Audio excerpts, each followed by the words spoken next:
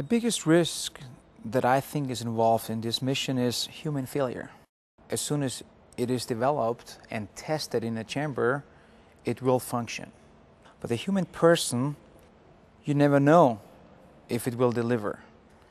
Because we're thinking about a lot of things, but there's always something out there that you would never believe this is going to happen, and that might kill you.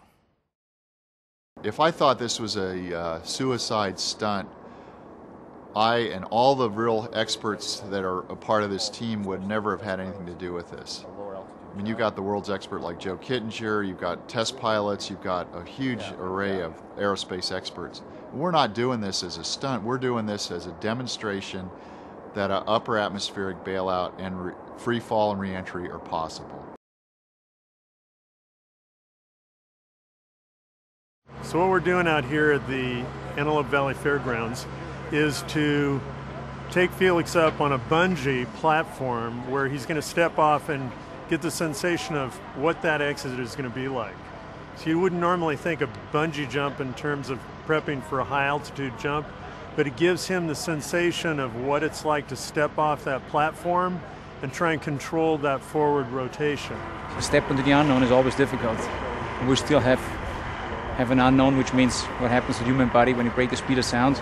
So at least you want to know you're able to handle your exit. Today in the morning, it was actually the first time that we were lifting the capsule outside of a building. And the most important thing to me was to see how much that capsule is moving back when I get off. Because if you over-rotate on the exit, you take this rotation all the way down, and you can't use the air to stop this because there is no air.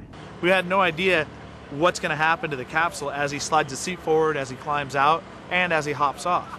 So we were really curious about what was going to happen to angles and stuff, and what we found this morning was that the capsule doesn't move as much as we thought it would. All that weight hanging from the one spot, it's pretty stationary. The last time we made these jumps, we were out of a different type of aircraft with a smaller side door. What we're doing today is we're out of a tailgate aircraft that will be able to bring the pressure up to full pressure, 3 psi. We got the new chest pack. So what we've done now is we've made some modifications. He seems happy with it. We're going to test it out on this first jump, and we'll see how it goes. What was really interesting, what was fascinating, was to see his flipping over was actually pretty easy. It was very natural for him. So again, it shows us that he's able to control himself, go into a delta, actually track upside down if need be. I'm super happy with today because everything just turned out perfect.